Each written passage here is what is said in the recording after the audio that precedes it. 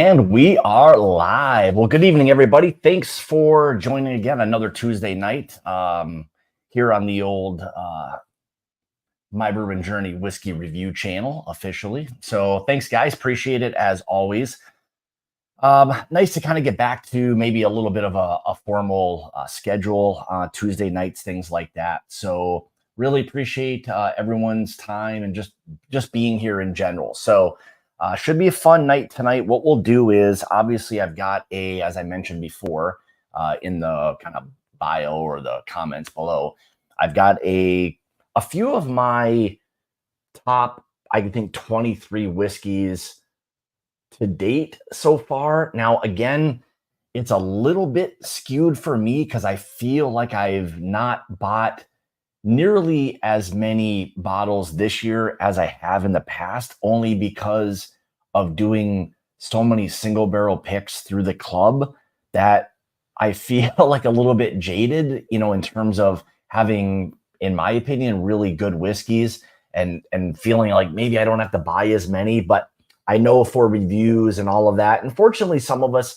do get a few samples along the way. So this year, I think in my top whiskeys, bourbon, rye, whatever it may be, I think I'll probably incorporate some of the samples that have been sent. Again, I don't rank anything, so a ranking to me again is irrelevant. Like most of you all know, with my reviews, I simply try to do the nosing and tasting and provide you guys with that information. So whatever that may be, it is what it is. There's nothing skewed about any of those reviews. So I figured if I have a sample and it's something that is worthy of having in my top 5, top 10 bourbons, ryes, whatever it may be. And I think I'm also going to do this year a top 5 of our mash and journey ones. I mean, we've got so many of them. We all get bottles.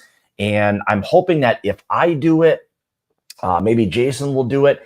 And then that some of you guys will, who are part of the club, will be able to kind of give us some feedback on what may have been some of your top ones for the year. So tonight, again, I'm going to go through a few kind of new things that I've gotten recently, including, and then we'll get into the blind flight. So let me just back out of here, get into the old live chat. And yeah, while I'm doing this, if you guys haven't yet, hit the old thumbs up button. The YouTube algorithm absolutely loves that. So thumbs up, comment, whatever you guys can do, I would appreciate it. So trying to continue to grow the right, JG.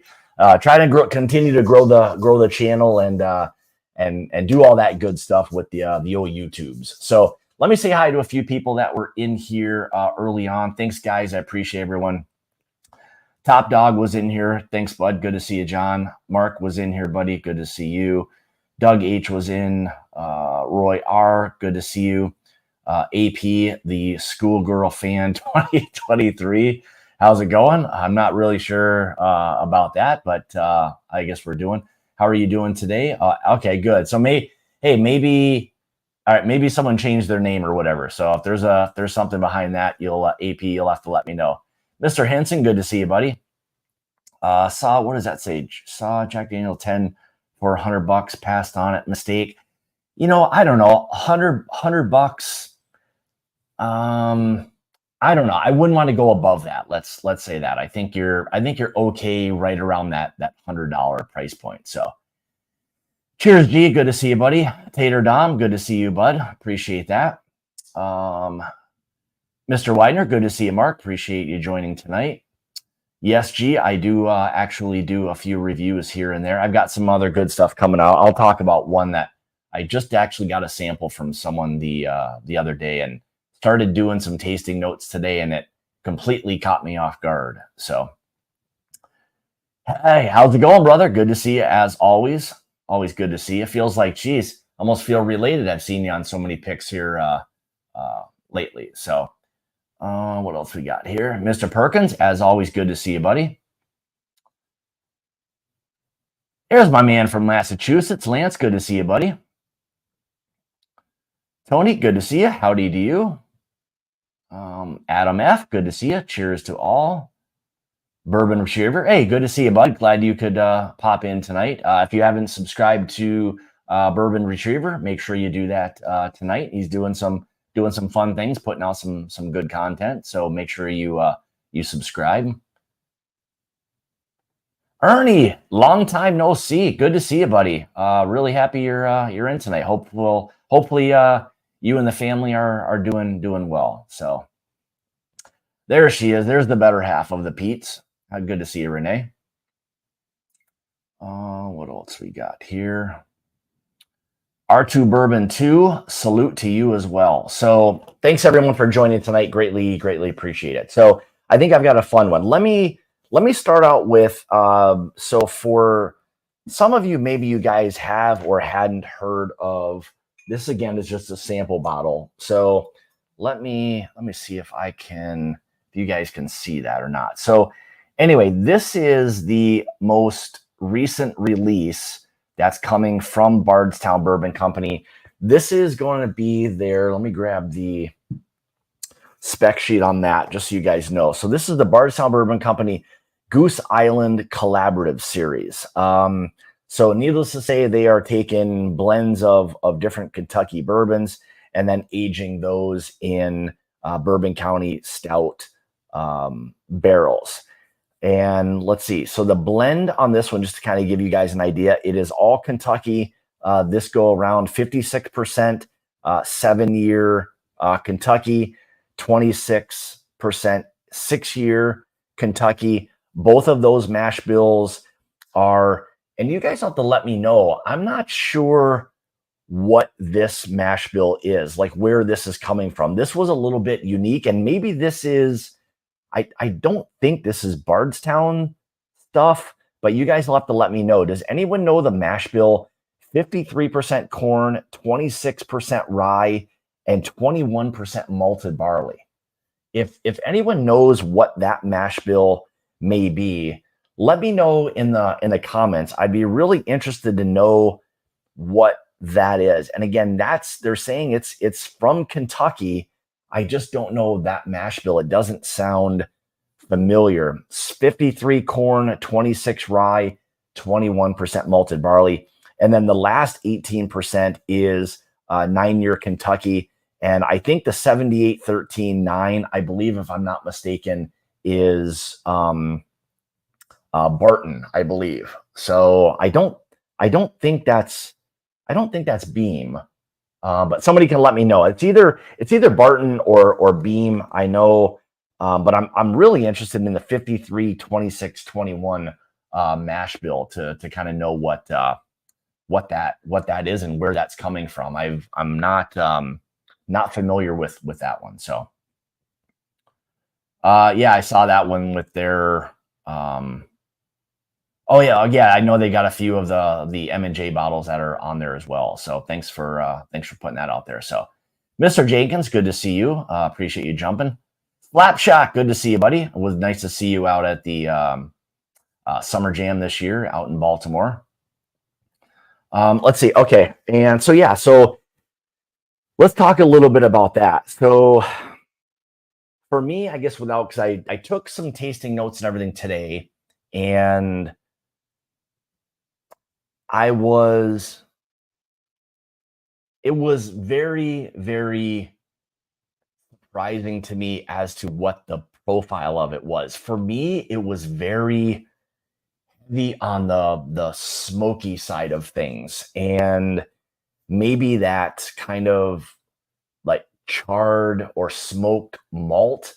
There is a fair amount or higher amount of malted barley in this, and that toasted or smoked malt, which to me was almost coming across as, the best way I could kind of describe it was slightly peaty, because it had that earthiness, that smokiness that was there. And I would say I'm fairly sensitive to smoke in whiskey, and that was coming across as that. I thought for sure, knowing what this blend was, that this would have been similar to what was the one they did with the Bardstown, the Founders edition that they did, which was all Tennessee whiskey, then finished in the Founders KBS barrels. And I thought it was going to have that really more like malt ball kind of flavor to it, but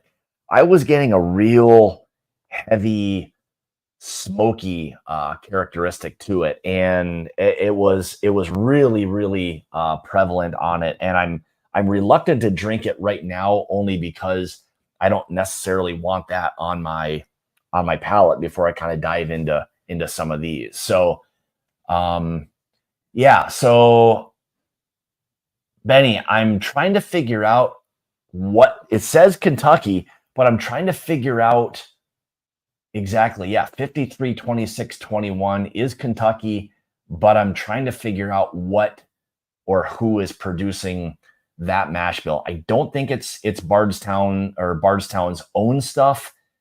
And I'm trying to think off the top of my head, someone that's got really heavy or high malt like that, which is coming across as I don't know, this real smoky campfire type of effect. To me, I guess it's probably a little much for me, but maybe for others who really enjoy that kind of profile, maybe you'll like it. But I was hoping for a little more sweetness and richness, kind of like I said before with the Founders that they released a year or two ago. And I thought there would have been more of that kind of chocolate, caramel, those kind of heavy. Now that had a lot more kind of like maybe orange spice or whatever behind it, which you'll get oftentimes with some of the Dickel. And I was a big fan of that. That for me, when we did it blind, not one person picked out the fact that it was Tennessee whiskey. So there are times where I think most often you'll give people, in my experience, Tennessee whiskey, Dickel, whatever it may be, and they don't always pull it out. Like, I think a lot of people, know it once they try it, but not always right up front are people picking it out necessarily. I think that comes with, as the age starts to kind of ramp up a little bit in some of the Tennessee whiskeys, you start to lose a little bit of that mineral or Flintstone vitamin kind of profile. So that's my experience with it. But okay, so let's see what we got. 73-13-9 is the mystery, not Jim Beam, 15-year-old tote whiskey mash bill. All right, so maybe it's that. But are we sure that that's not Barton? Because I thought theirs was very similar to that. Maybe 1 or 2 percentages off on the rye and well, obviously it would make everything slightly skewed, but I thought I was thinking off the top of my head, 9-year, that maybe that was Barton, but I could be wrong. So anyway, I guess for me, I guess first of all, has anyone heard of this release that's coming out? And if so, are you excited for it? Are you one that usually kind of buys into what it is that Bardstown is doing? And I mean, I'm a huge fan of really most everything that they do, whether it's something that you like or not. I think you still have to appreciate what it is that they're doing. I mean, they have become monsters in the whiskey world, and it's a great thing to see in the short amount of time that they've even been in business. To see from that point to where they've come now is absolutely ridiculous. All right, what do we got, Dave? Let's see what we got. So the 53 corn 20 malt 6-year is 8% of the Discovery 10. So, Dave, are you saying that this mash bill is Bardstown's own mash bill? They are producing it or have produced that on their own? Because it's 9 years old. I don't know if they've not even been around 9 years. So I don't know how. Oh no, I'm sorry. Okay, that's 6 and 7. 6 and 7 year that they've got in that. So that would be their oldest stuff then. If that's the case, this would have been stuff that they probably were producing from day one, if that's the case. So 53 corn, 26 rye, 21 malted barley, 6 year is 8% of the Discovery 10. Okay. So I'd be interested to know that if that somehow is theirs. If it is, then that's some of their earliest stuff. So all right, what else we got here? So spendy for 6 and 7 year bourbon. Yeah, because I believe this bottle is probably going to be in that 125, maybe probably one close to 150. I don't have a price or anything like that on the sheet that was sent along, but yeah, no, there is some 9 year in there, about 18%, so, and again, I think even at 6 or 7 years, aside from, I mean, and to be honest, bourbon, whiskey, whatever you want to call it these days, is just expensive, period. So to try to necessarily equate like 6, 7, 8 year bourbons and value, it's gotten so much more difficult and more expensive that those things 3, 4, 5 years ago, those prices are out the window. We have to now start getting to the point, TCT, where we have to accept the fact that this is the day and age that we're in. It's expensive to buy other whiskey, so people sourcing, whatever it may be, is causing all of these prices to unfortunately kind of go up. So it is what it is, and either you buy it or you don't, and it's as simple as that. But anyway, I was kind of curious to see maybe how many people were interested in the new Bardstown, the Goose Island collaboration thing, but it was very, very different. So, all right. So, okay. All right. I guess 160, 170. So yeah, and again, this is where to each their own. You decide on the value. And again, if it's a brand that you're kind of loyal to, I get people want to spend money on that, and it can be vice versa. Some people may not be overly crazy about certain things. So I get it. To each of us, we all have certain things that we enjoy more and are willing to kind of spend money on. But I was just curious because I know Bardstown, some of their prices have kind of continued to kind of creep up a little bit over the past, year or two. I was just curious to know how many people were kind of on board with what that is. So Mr. Rance, how are you doing, sir? He says, lot 40 cask strength, port cask finish rye just dropped here. That probably would be absolutely fantastic. Get onto your Ontario relatives. You want a bottle, 75 US. All right, that's probably not bad. I might have to reach out to my mother-in-law or some of my in-laws and see if they can snag me one of those. I mean, for $75, some of those lot 40 cask strengths can be absolutely fantastic. And correct me if I'm wrong, I don't know if they've done a port cask finish on one of those yet. So Donald, you can let me know on that. But thanks for the info on that one. Mr. Nate Cox, cheers. Good to see you, buddy. Let's see. Man, Dave, this one is, man, I'll tell you what, I don't remember having last year's, but man, I cannot believe that last year's tastes like this one. And again, I don't know because I've not tried it, but this thing for me was so heavy, smoke, malt, and it just dominated the palate for me. So I don't know. So it was just it was different. It was not necessarily my thing, but for others, I think maybe they would appreciate it. Again, if you're somebody who likes, kind of that smoky or smoked malt kind of flavor, it might be right up your alley. But anyway, all right, Donald, what do you got here?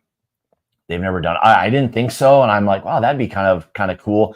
Port can be one of those things for me, and maybe others as well, that can be very difficult. It can either be extremely underwhelming or oftentimes so heavy on the port that it just washes the whiskey right out of things. So that's been my experience. And oftentimes port being finished too long has dominated the whiskey. And for me, anytime a finish completely eliminates the texture and the flavor profile of the whiskey, it's a no-go for me. At that point, if you want flavored whiskey, find something less expensive. So I have not, but it is one that is on my list, and I'm hoping I can find a bottle of the C923 here soon. I love the age. I've not watched any other reviews. I don't like to do that before I do any of mine, just so I don't have anything in my mind. I love to just sit down over the course of maybe 2 or 3 days, try it a couple times, let some air kind of hit it. But I've seen that the ages on it this year are absolutely fantastic, and I'm looking for a bottle. So if someone can lead me in the right direction and let me know if there's one out there for a reasonable price, I'd be happy to pick one up. So thanks, TCT. Mr. Rant, so keep an eye out for later in the year, but there's supposed to be a JP Weiser's 41-year released. Some of them, now I'm a huge fan of, and we'll get going with the blind here in a second, but some Canadian whiskeys, depending on what they are, I'm a huge Found North fan. I love what Nick and his brother do with the brand. Some of the others, honestly, have been kind of hit or miss, and oftentimes, depending on the proof of some of them, that's where I get lost. This thing right here, I don't know if you guys can see that. Let me see if I get closer. So this thing was sent to me. It's called, I'll get going here in a second, but that thing's called Rare Hair. It's like that, what was it? Like a 30-year-old Canadian whiskey finished in, I believe, Pinot de Charance barrels. MSRP on this, now this is just a small sample that they sent to me, but a full 750 milliliter bottle for that, $5.99. So I don't even know what to say about that. And it was only proof-wise, I think it was like 89 proof or something. So to me, it was like it was probably never going to live up to that kind of price.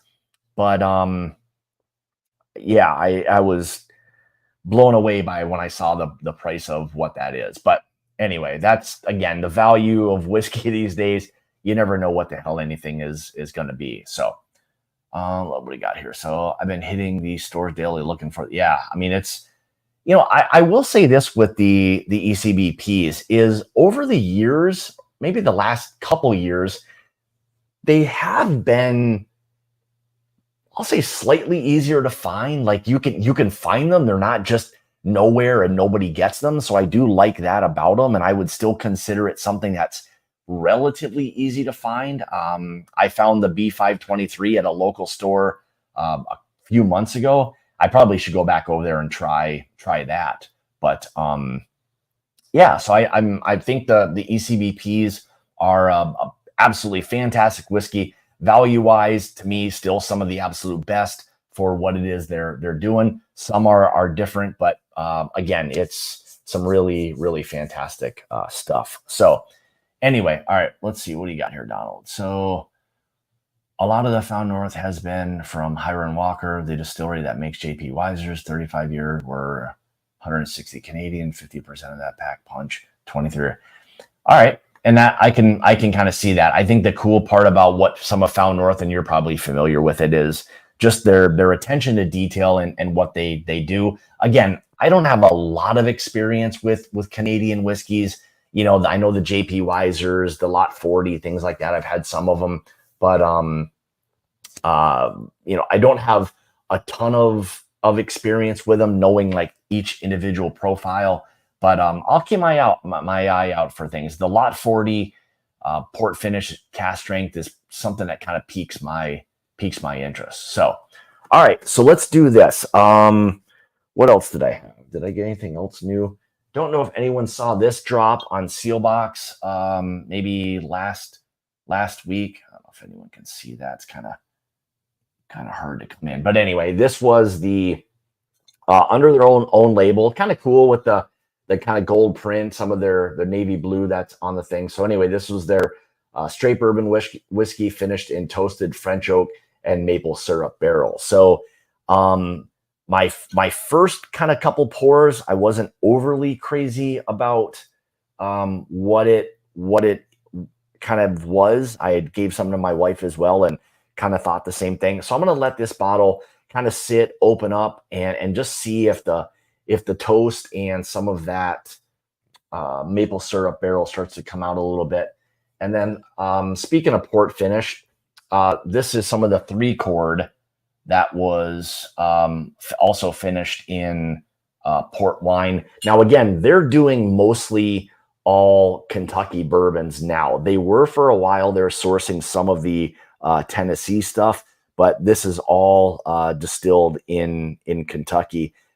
Couldn't find a mash bill on it. Now, I didn't really look all that close either. So, but this was a 99 proof finished in Pinot Noir barrel. So I like the Pinot, or excuse me, that not port. This was Pinot. I'm sorry.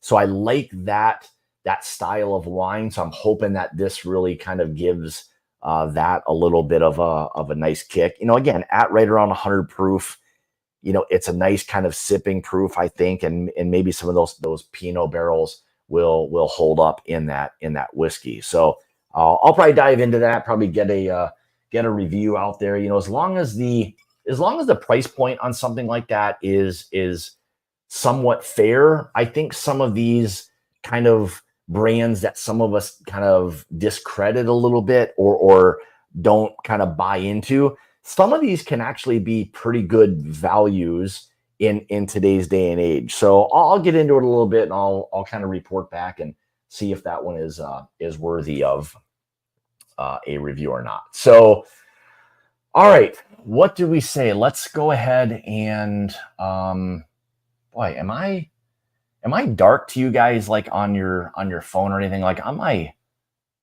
screen, everything looks fairly bright, but I don't know. So anyway, hopefully if it's a little too dark, I can always move my light a little bit to shine. So I was doing, yeah. Okay.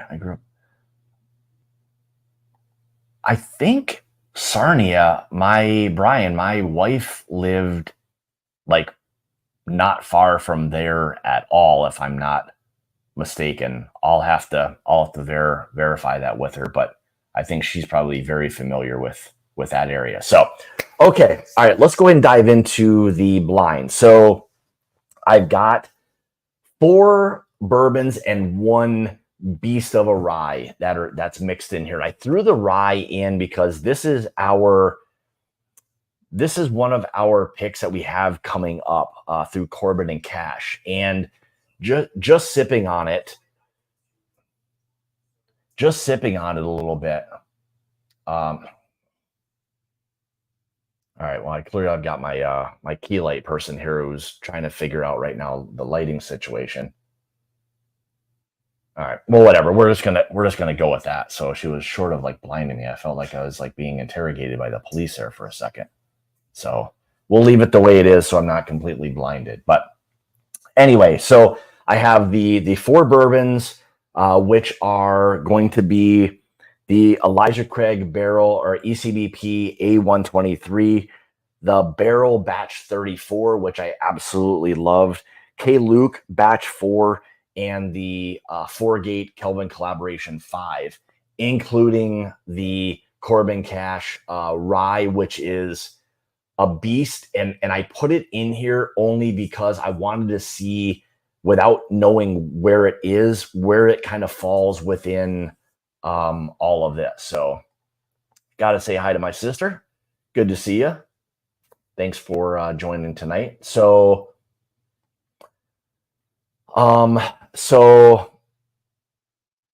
yeah, I wanted to do these 4 and the rye. Again, it's got a slightly heavier, almost more bourbon-ish kind of profile. So I knew I could maybe sneak that in and just kind of see where it ultimately showed up. So I'll be interested to see how that kind of shows up tonight. So again, you heard the 4 whiskeys and the 1 rye I've got in here. Again, I poured them. I got a little keynote right here in front of me, and the wife mixed them up. I poured them. She mixed them all up, and I have no idea. I mean, I can't remember what I did 5 minutes ago, let alone 45 minutes ago. So, all right, I've rambled for 30 minutes. Let's go ahead and dive into these. I'm just going to work from my left to right and see what we get. I'll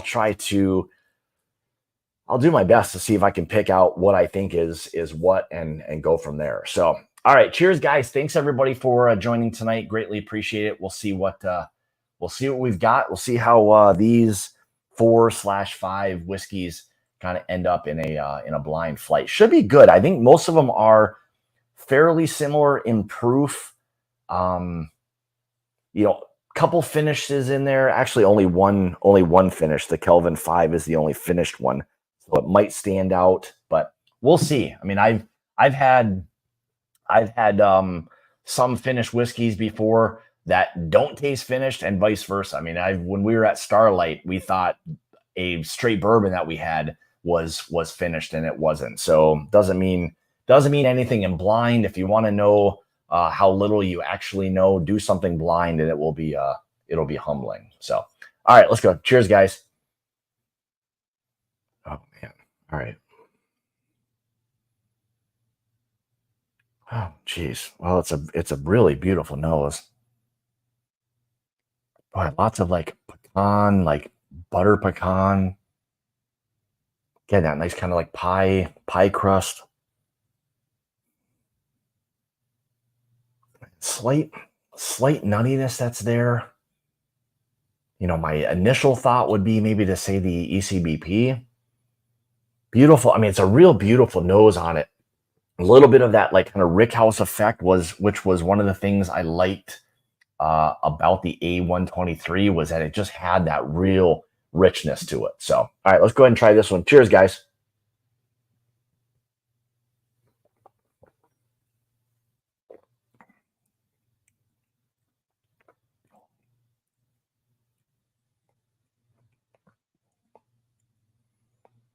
Man.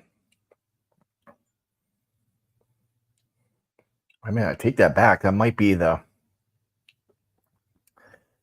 Kelvin Collaboration, if I'm thinking. Definitely has a little bit of that. I was thinking pecan pie before. Now it's starting to feel a little rummy. All right, I think that's maybe, I'm going to write down the glass. So I got so that's in the Barrel King glass. I'm going to say right now, Kelvin 5, just because I think that's maybe what that is. And I think as I go through, we'll kind of break these things down a little bit more to give me a better idea of what it is I'm actually tasting. So, oh man, that is a monster right there. I mean, I think I know what this one is just based on its kind of unique profile.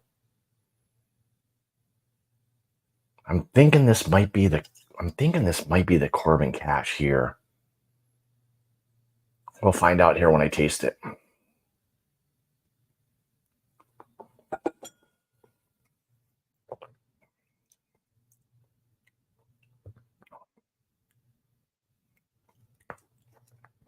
So that's the Dancing Goat glass.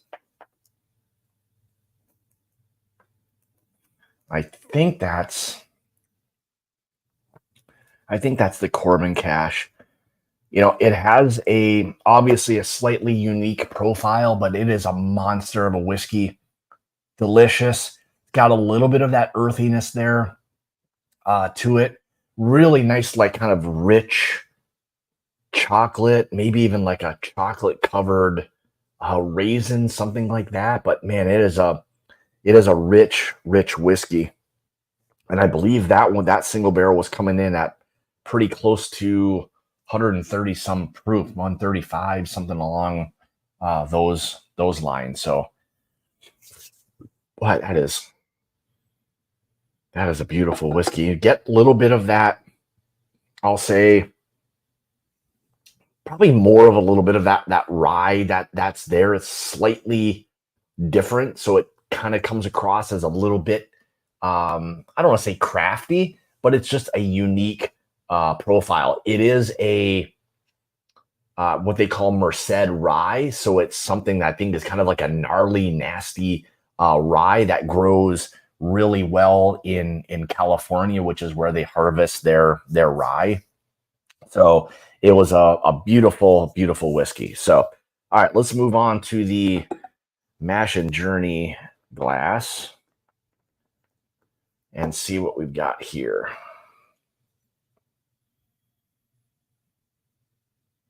Huh. All right, so this is coming across as a little more like muted coming off of that. So I'm not getting a ton right now on the nose. It might take a second for this thing to open up coming off of two. Like both 1 and 2 are monsters.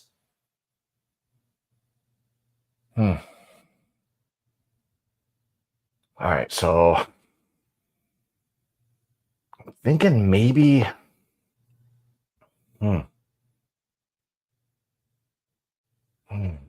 maybe the barrel on this one. I don't know. It's a little muted coming off of 1 and 2. So this is where blind flights, and again, when these things got mixed up, there was really no order that they were put in. So they can be in anything, and I didn't really care, and it is what it is. But all right, let's give this one a try and see what we got, and then we'll kind of go back through and see what we've got.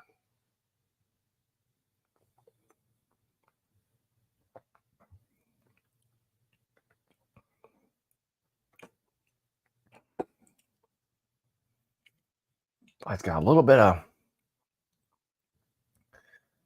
of like a creme brulee vanilla sweetness to it. Nice spice. I don't remember the barrel being like that. I'm thinking maybe the K. Luke on that one. I'm going to put that right now. Maybe. And that K. Luke, I mean, on its own, again, all of these things on their own were fantastic whiskeys. And I was saying this about even going back to like some of the barrel stuff. From about 31 or 32 in terms of batch number, they've really been putting together some fantastic whiskeys. So the blending seems to have just been kind of amped up a little bit more for whatever reason. It just seems that there's a little bit more attention to detail with some of those. So I don't know why that is, but it just seems like it's that way. So all right, so we've got the Wild Turkey glass. Oh man.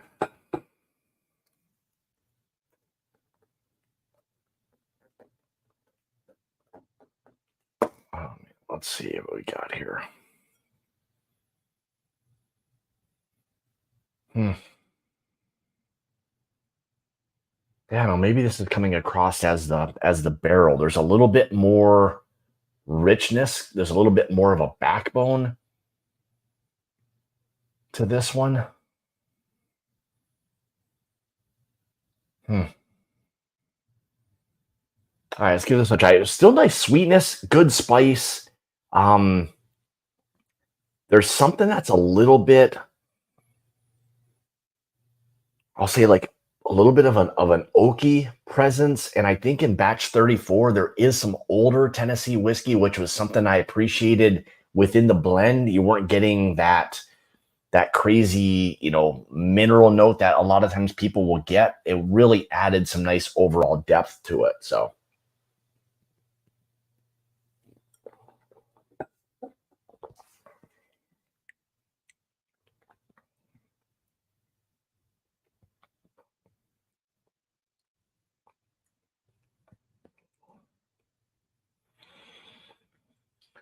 boy, if I had to guess, I mean, I'm thinking it's barrel only because I remember the finish being slightly oakier. This has that nice kind of oaky presence that's there to it. got a great finish on it. Whatever that is, it's got a fantastic finish on it. Really beautiful. The texture of it, great mouthfeel. Nice sweetness, nice spice, nice oak balance that it has to it. Yeah, really, really nice whiskey. So I'm gonna say the Barrell. Which this, I guess, would leave me with, technically, based on my list, the Elijah Craig Barrel Proof, if somehow I've gotten these right, which we all know I probably haven't. All right, so there's a little bit of like a, it's rich though. It's got that nice, really beautiful, like rick house effect to it. Again, more oak that's there. Nice kind of like that vanilla caramel, a little bit more kind of tried and true. More of those kind of burnt brown sugars. Boy, it's a really, really nice nose. All right, let's give this one a try. I'm anxious to try this one to see where this kind of stacks up. So,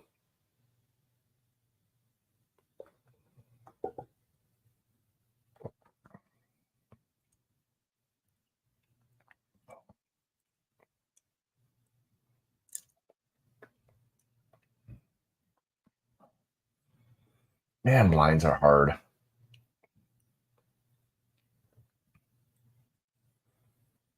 Man, the richness on that is really fantastic. I'm not picking up. I thought I would know the ECBP a little bit easier than I am. And maybe there's a little bit of that slight nuttiness, maybe a little bit of a dryness that's on that.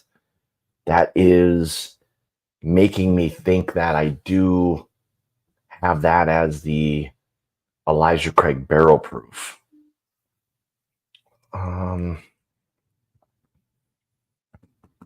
So that's the Wilderness Trail. I think ECBP, and then really the issue will be, aside from whether or not I get them right, the issue is going to be probably ranking these things in terms of how I would enjoy sipping on them. That's always the fun part of those. And I think what I might start to do now is, just as I've been sipping on them, start to kind of rank them in an order of, I don't want to say least favorite, because these are all fantastic whiskeys. So cheers, Scotty. Good to see you, bud. They're all fantastic, but let me go. And these first two were monsters. I think I'm going to move that here.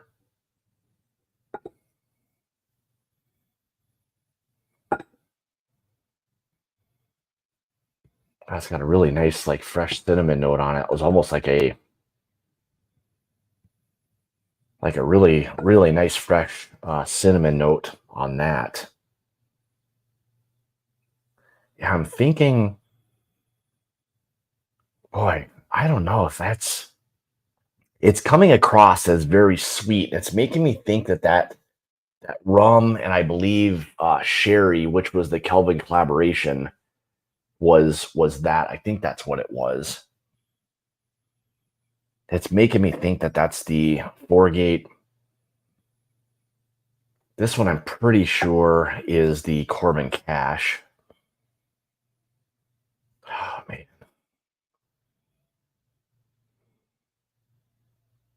I think now the Mash and Journey one might be the Barrell. Did I say Barrell on the Mash and Journey? I said K. Luke. What did I say? Well, the Wild Turkey, I said, was Barrell. That could very well be. Man, these blinds are so darn difficult. Crazy.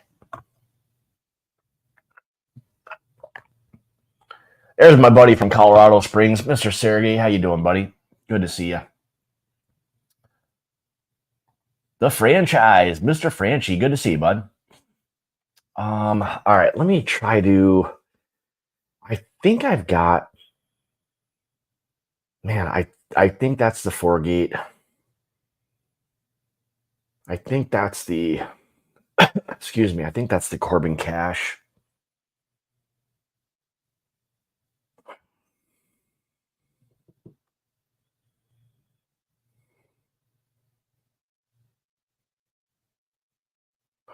I'm gonna have to taste. I'm gonna have to taste these other 3. All right, let me taste this one. I think I've got it in the order that I want, but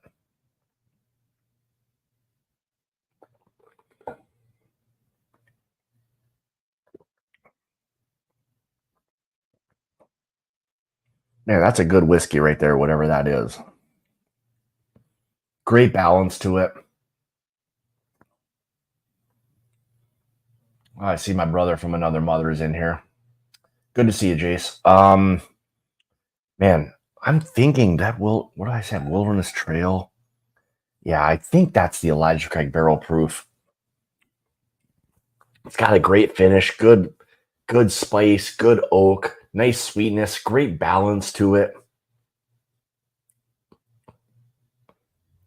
Man, nice finish on that. All right, let me see what the M&J is.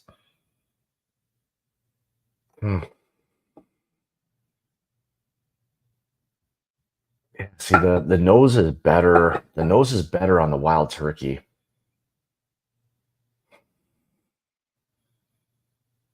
Yeah, the M&J one, for whatever reason, is kind of falling. I've got that as the K Luke. It's kind of falling a little bit flat amongst the others. And it kind of makes sense, like in my mind, like knowing what the profiles of them are. I know the K Luke can be probably a little sweeter, maybe softer, but still incredible.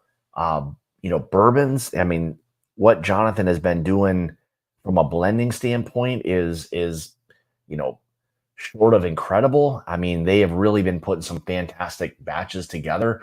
5, I thought, was really fantastic. I thought 4 was maybe a little bit better than 5. 6 just came out. I missed 6, and again, Sealbox doesn't deliver to Wisconsin, so I don't get a lot of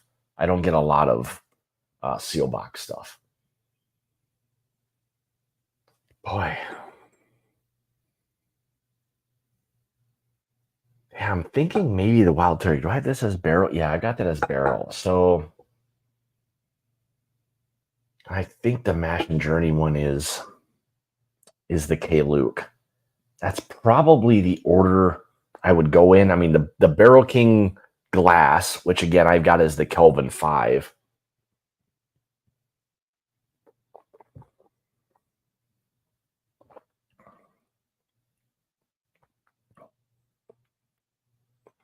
Man, if that thing's not finished, I'm going to be absolutely amazed.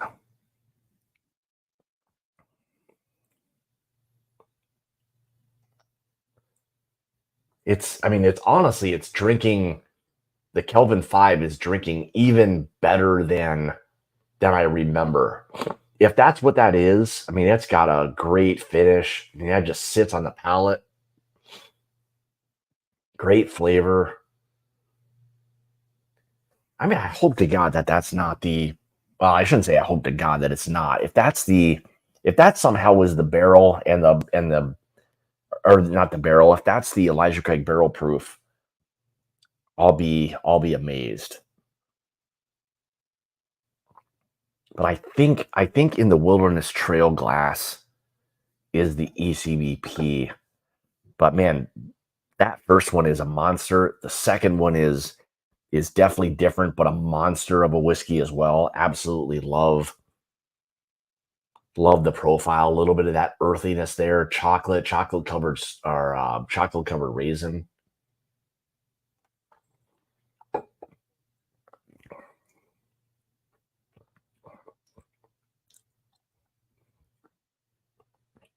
Yeah, that thing was just crazy. All right. I think I've got it in the order that I want. I mean, these two probably could be flip-flop depending on the day. But boy, that's a tough one. It's always the fun part when you've got a lot of these different kind of, I don't want to say monsters, but you've got some of these just incredible, profiles on their own up against each other. And again, this is where, mixing these things on your palate can affect whatever it is you're doing. But I think I've got it kind of narrowed down. So I think I'm going to go in. This will be my number one here, 2, 3, 4, 5. So let's go ahead and rank these. Let me know, let me know in the comments. I've kind of told you guys what I think they are.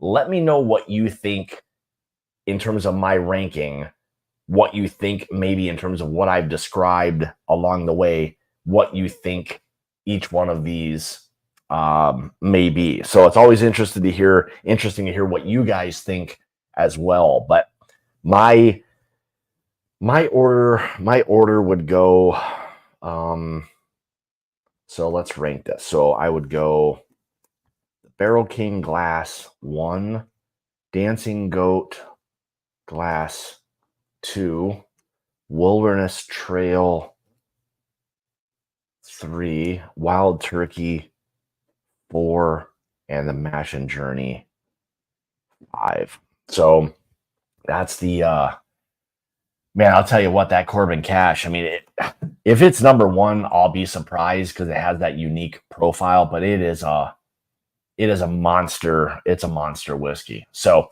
all right, let's go ahead and we'll do the reveal. So let's see, coming in 5th place, and here's my little key right here. Let's see what we've got. So, oh, no way. No way. So, all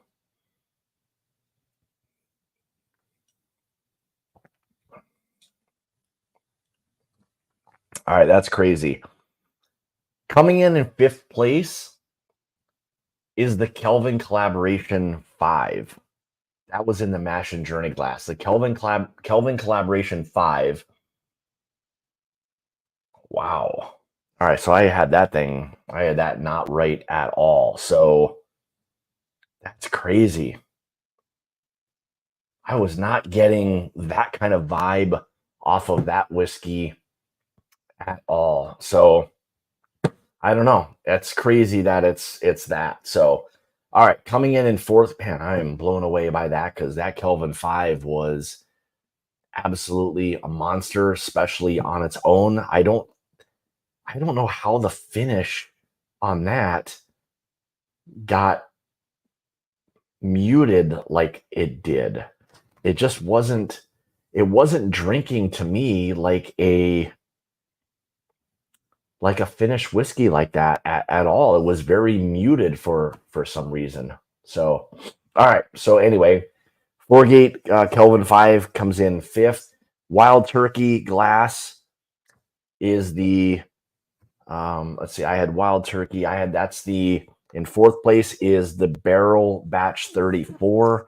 What did I have? Wild Turkey. All right, I did have that as the Wild Turkeys, or the barrel. So I got that one correct.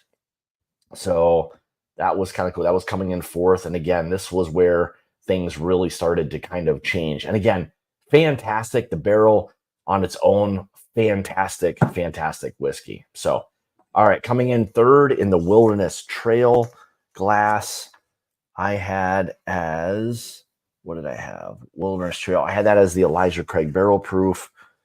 Wilderness Trail. Jesus, I had that. That's the K. Luke. Wow, that's crazy. So Wilderness Trail the Wilderness Trail right here is the K. Luke. Wow, that's a good.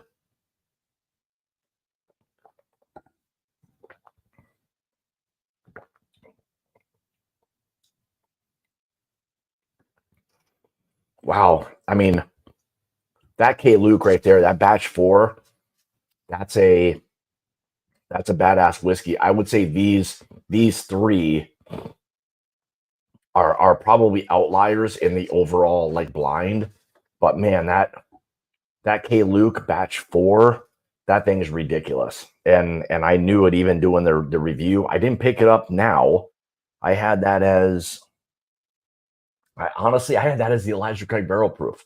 It is that good. So Scotty, that's batch 4.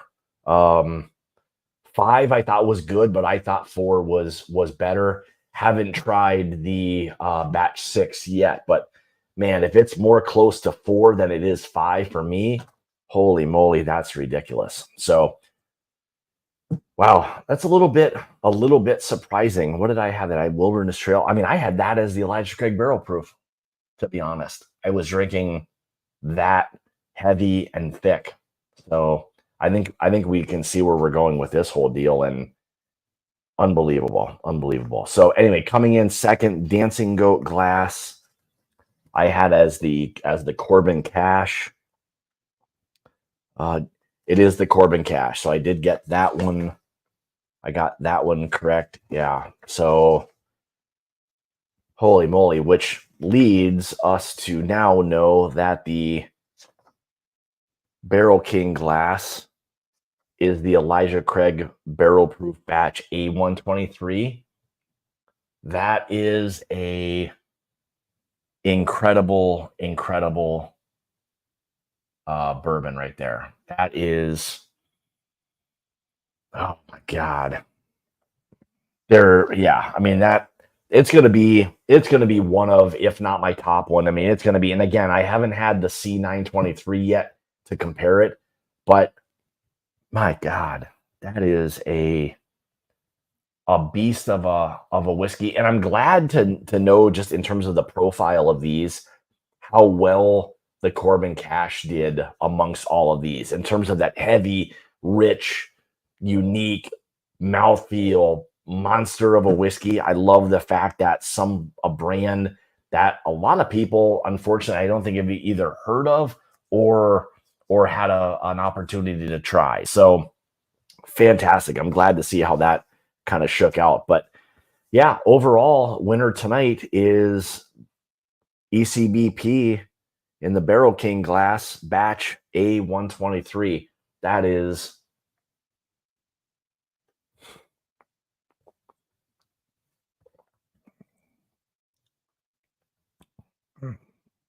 yeah, the more the more you sip on it now, you're really starting to pull out the fact that there's not that finish that I originally thought that was maybe the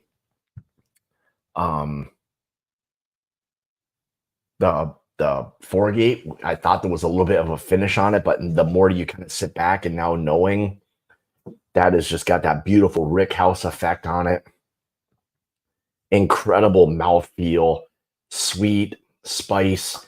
If the C923 beats that, and again, I've not watched any reviews. I know a couple of the guys have done some videos of it, but I want to be able to sit down with it on my own and probably have this as a benchmark and just try that C923 to kind of see how it is going to stack up. And again, this thing was A123 was less than, no, was that the B that was less than 12 years old? I think so. Let's see, was that, here's the A123. What was that one? Yeah, okay, so that was still when it was 12 years old. The B523 was when it went less.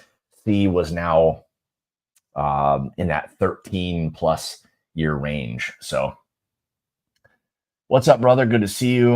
Cheers, Scott. ECBP A123 better than B, definitely, but C9 is better. Wow. So I'm looking forward to getting the C923, and boy, it'd be a fun um, blind flight to go through. I think now just kind of seeing and hearing, what others say, that the A and C might be very, very similar. Maybe even some are leaning a little bit more towards the C batch, but man, that A is, to me, it's probably in all reality one of the better ones over the course of the last, I'll say, couple of years. The way that thing drinks is everything that I love in a great barrel proof whiskey, and it is all that. So there you go, guys. That gives you a little idea of kind of how some things are really gonna shake out. But so let's see, just to recap, let's see, going from fifth to first, we had the Gate Kelvin 5, the Barrell Batch 34, the Luke Batch 4, fantastic whiskey. Number 2 was the Corbin Cash single barrel rye whiskey, fantastic. And number 1 was the Elijah Craig barrel proof batch A123. So always fun doing blinds. Yeah, don't know what else to say. There you go. I mean, that's what it is, independent, without knowing what any of the stuff is and how it's all going to shake out. But a lot of good stuff, a lot of great whiskeys, again, all on their own, all absolutely fantastic. But we'll see. There's still a few more months left in the year. We'll see if there's anything else that kind of creeps into this. And, this year, if that C batch is as good, if not better than A, I don't know how you could get both of those batches outside of your top bourbons of 2023, because in my opinion, like, that's what everyone is wanting a bourbon to kind of taste like. So anyway, there you go. So one other thing I was going to say is, anybody in here planning on first part of October, I think it's the first weekend, I believe, in October, going to Bourbon on the Banks. Hopefully, if there's a few of you that are going that I've not met, I'm looking forward to hopefully meeting a lot of other people. We're going down there, and should be a again, great time in Frankfort, Kentucky. So again, Bourbon on the Banks. That's I believe Friday and Saturday. Don't know if there's a Sunday event, but we will be down there for the Saturday event. So a lot of stuff going on. Hopefully I'll get a chance to meet a few of you guys and ladies if you are going. But they're going to have distillers from all over the place. A lot of great things going on. I believe there's still a few tickets. I know they're going fast, and they were limiting it to, I think, 2,000 tickets only. They didn't want it to be completely overwhelming for a lot of people. So if you don't have tickets yet, we just got ours the other day. So if you don't have yours, I would encourage you to get them. So yes, it has, Mr. Dream Hound. It has been a minute. So hope you're doing well, bud. Good to see you as well. Yeah, it's hard. It's hard on everyone's bank account. That is for sure. But this should be a good, fun outdoor kind of bourbon festival. I know they have a bunch of them, but this is a fairly popular one. We're looking forward to going and meeting a bunch more people. We don't have booths or anything. We're just going to be milling around, having a good time at the event. So myself, my wife's going. I know Jason, his girlfriend Kim are going. I know Ethan and Katie Turk are going. Who else is going? I think Kelsey's going to be there. I think Darrell is going to be there. A lot of great people. So if some of you guys are going, I look forward to hopefully meeting you if I haven't yet. So guys, thanks so much. I appreciate. So when is the Corbin Cash going to drop?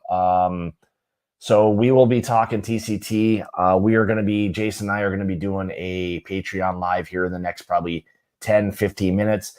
But to answer your question right now, the Corbin Cash will be dropping this coming Friday. So again, we got a little bit of a short barrel, just over 100 bottles, not much of it. Unfortunately, it's something that we seem to deal with quite often, but we will we do what we can. You know, we pick the whiskey based on the flavor profile, not the quantity of bottles, and whatever we get.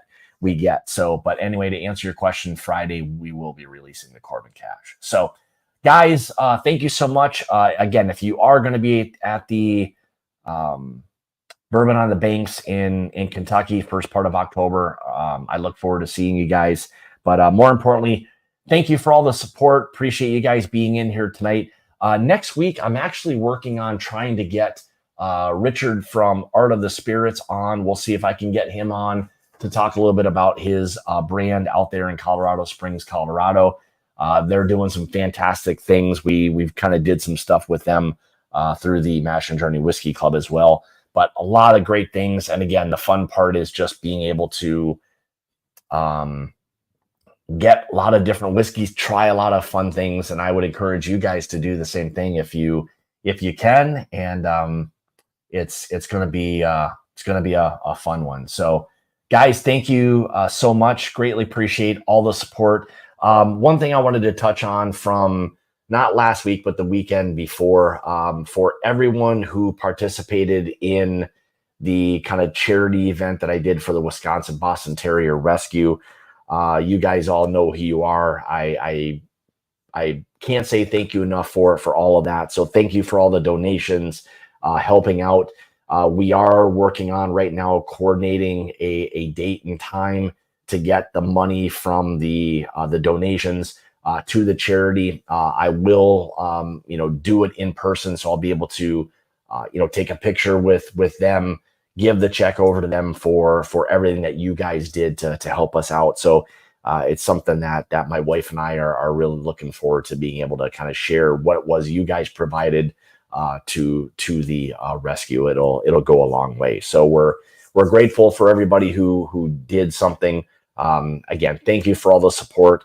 Hopefully next Tuesday, again, I'll have Richard from Art of the Spirits on, and we'll let him kind of share his story about some of the great, fantastic things he's doing with his whiskeys there as well. So guys, thank you so much. Greatly appreciate all of the support.